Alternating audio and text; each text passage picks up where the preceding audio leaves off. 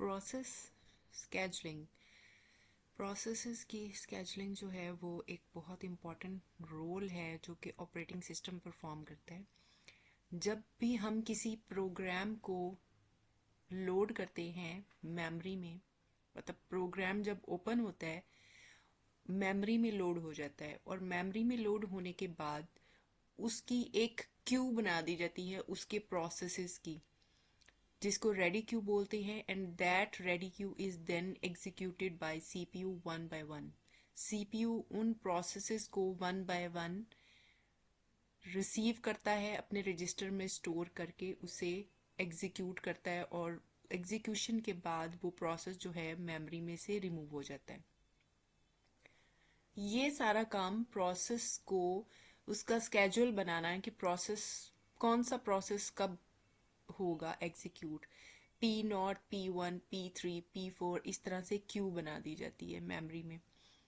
ये सारा काम ऑपरेटिंग सिस्टम करता है, और ऑपरेटिंग सिस्टम इसलिए करता है क्योंकि हमारे जो अब ऑपरेटिंग सिस्टम हम यूज़ कर रहे हैं वो मल्टी टास्किंग सिस्टम है, मल्टी प्रोग्राम सिस्टम है, जिसमें हम एक टाइम में एक से ज़्यादा प्रोग्राम्स ओपन करते हैं और एक से ज़्यादा एप्लीकेशंस चल रही होती हैं आपके कंप्यूटर में। और सीपीयू इन सारी जो सारे प्रोग्राम्स हैं इनको एग्जीक्यूट कर रहा होता है। बहुत सारे प्रोसेसेस क्रिएट हो रहे होते हैं, बहुत सारे जो प्रोसेसेस हैं उनको साथ साथ सीपीयू ने वन बाय वन बहुत क्विकली उनको मिली माइक्रो मिली सेकेंड्स में उसने करना होता है कि अ, बिल्कुल ऐसे ही लगे जैसे एक ही प्रोग्राम जो है सीपीयू उस एक ही प्रोग्राम को टाइम दे रहा है। हमें ये अंदाज़ा नहीं होता कि सीपीयू एक प्रोग्राम कर रहा है फिर उसके बाद दूसरे प्रोग्राम की तरफ शिफ्ट हो रहा है, फिर पहले प्रोग्राम की तरह। तो ये शिफ्टिंग का हमें बिल्कुल भी अंदाज़ा नहीं होता, हमें ऐसे ही लगता है जैसे सारा कुछ सीपीयू एक ही बार इकट्ठे ही कर रहा है।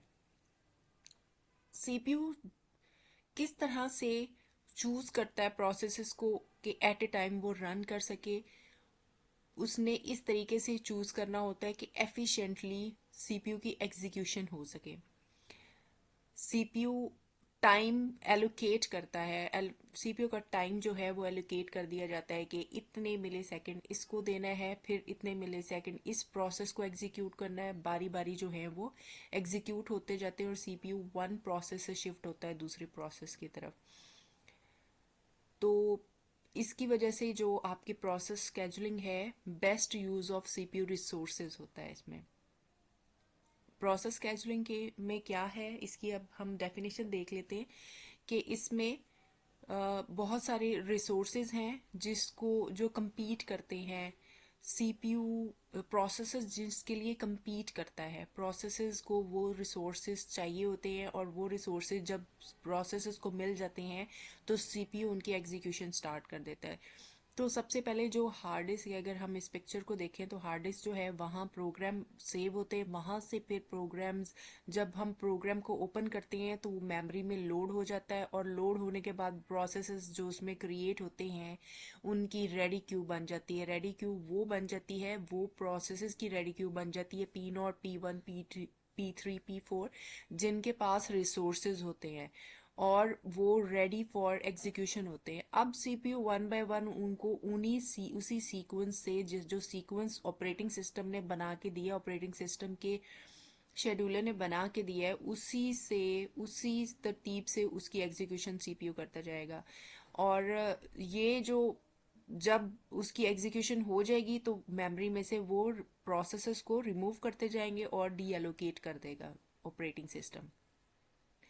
तो इस तरह से जो ओवरऑल सिस्टम की परफॉर्मेंस को ऑप्टिमाइज किया जाता है, प्रोसेस शेड्यूलिंग जो है वो ऑप्टिमाइज करती है टू द सिस्टम परफॉर्मेंस, और इम्प्रूव करती है यूज़र एक्सपीरियंस को, और इंश्योर करती है कि there should be the fair access to CPU resources among the competing processes. जो भी प्रोसेस compete कर रहे हैं फॉर सीपीयू टाइम, उनको इक्वल टाइम मिले। प्रोसेसेस को ड्यूरिंग देयर एग्जीक्यूशन उनको डिफरेंट क्यूज से गुजरना पड़ता है। So there are different kinds of queues जिसमें से प्रोसेसेस गुजरते हैं, और ये प्रोसेसेस जो हैं वो उन क्यूज से गुजर के उसके बाद फिर सीपीयू में उसकी सीपीयू एग्जीक्यूशन करता है। सबसे पहले हम देखते हैं job queue. Job queue actually ये लॉन्ग टर्म शेड्यूलर जो है वो बनाता है। जॉब क्यू हार्ड डिस्क से ही उसकी स्टार्ट हो जाती है क्यू। ठीक है, लॉन्ग टर्म शेड्यूलर जो है वो हार्ड डिस्क से ही उसकी क्यू बना लेता है जॉब्स की। और उसके बाद है ready queue. Ready queue short term scheduler बनाता है, और रेडी क्यू ये जो बनाता है ये मेन मेमोरी में बनती है। And these are the processes which have resources, और वो रेडी होते हैं फॉर सीपीयू एग्जीक्यूशन। अब सीपीयू जो है वो फिर वन बाय वन उनकी एग्जीक्यूशन करता है।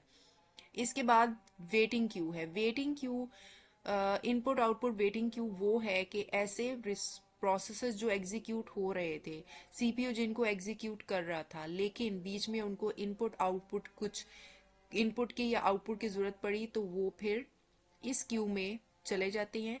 और यहाँ से फिर वो दोबारा से जब उनको इनपुट आउटपुट मिल जाती है, उसके बाद दोबारा फिर वो रेडी क्यू में आएंगे, और रेडी क्यू से फिर वो सीपीयू में जाएंगे।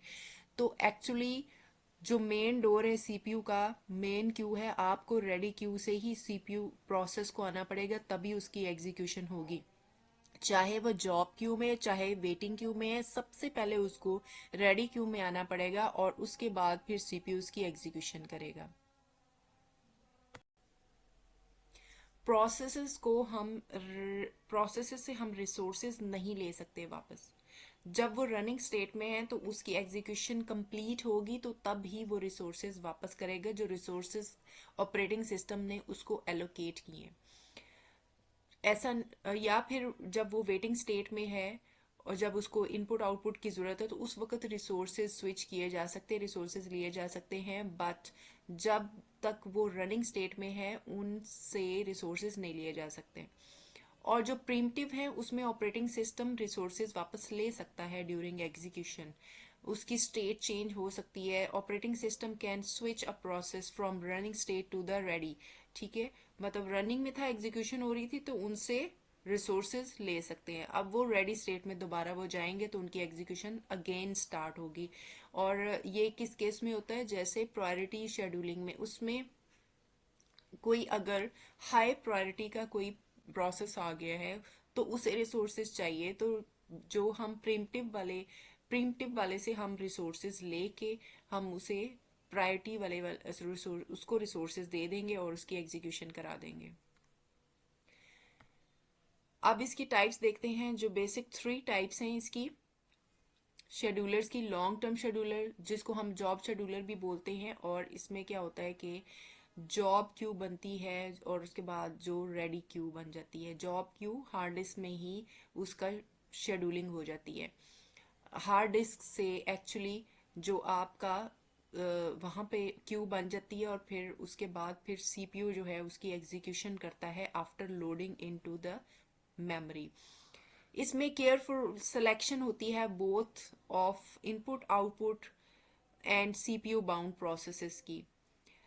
इनपुट आउटपुट बाउंड मतलब वो टास्क जो कि इनपुट सीपीयू जब इनपुट आउटपुट ऑपरेशन परफॉर्म करता है, और ऑपरेशन। और सीपीयू बाउंड प्रोसेसेस कौन से हैं, सीपीयू जब प्रोसेसेस की एग्जीक्यूशन करता है, मतलब ये दो स्टेट्स हैं। ये एफिशिएंसी एक तो इंक्रीज करता है, और ये तमाम ऑपरेटिंग सिस्टम में नहीं होता। ये जो लॉन्ग टर्म शेड्यूलर है ये ज़्यादातर, जैसे कि माइक्रोसॉफ्ट वर्ड, माइक्रोसॉफ्ट विंडोज़ है, उसमें टाइम शेयरिंग वाले जो ऑपरेटिंग सिस्टम है उसमें ये यूज़ होता है, और ये थोड़ा स्लो है क्यों। और इसके बाद हम देखते हैं शॉर्ट टर्म। शॉर्ट टर्म या इसको सीपीयू शेड्यूलर भी बोलते हैं। ये इसका काम क्या है, ये शेड्यूलिंग होती है रैम में। रैम में इसकी क्यू बन जाती है रेडी क्यू, और फिर वो वन बाय वन सीपीयू को ट्रांसफर होते हैं प्रोसेसेस, और फिर उनकी एग्जीक्यूशन करता है सीपीयू। इसमें जो प्रोसेस है वो रेडी क्यू में से सिलेक्ट होते हैं। They are in the ready queue, ready for running. और बेस्ट यूज ऑफ सीपीयू, इसमें सीपीयू का बेस्ट यूज है।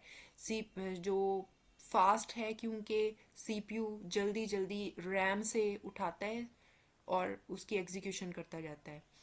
अच्छा, जो एल्गोरिदम शेड्यूलिंग एल्गोरिदम है, first in first out, shortest job, जो फर्स्ट और प्रायोरिटी एल्गोरिदम्स हैं, वहाँ ये ज़्यादा यूज़ होता है और ये फास्टेस्ट है सबसे ज़्यादा। लॉन्ग टर्म और मिड टर्म उससे ज़्यादा इसकी स्पीड ज़्यादा है। और इसमें डिस्पैचर जो होता है उसका काम क्या है, वो एक प्रोग्राम है, ये लोड करता है प्रोसेस, जो सेलेक्टेड प्रोसेस है उसको लोड करता है। और कॉन्टेक्स्ट स्विचिंग ये है कि जब आप स्वैपिंग यूज़ करते हैं, swapping means operating main memory में आपको लोड करवाना है कुछ process from the hard disk, लेकिन सेकेंडरी मेमोरी में से वो आप ला नहीं सकते इन द मेमोरी, क्योंकि मेमोरी में जगह नहीं है। मल्टी प्रोसेसेस उसमें लोड हुए होते हैं, मल्टीपल प्रोसेसेस।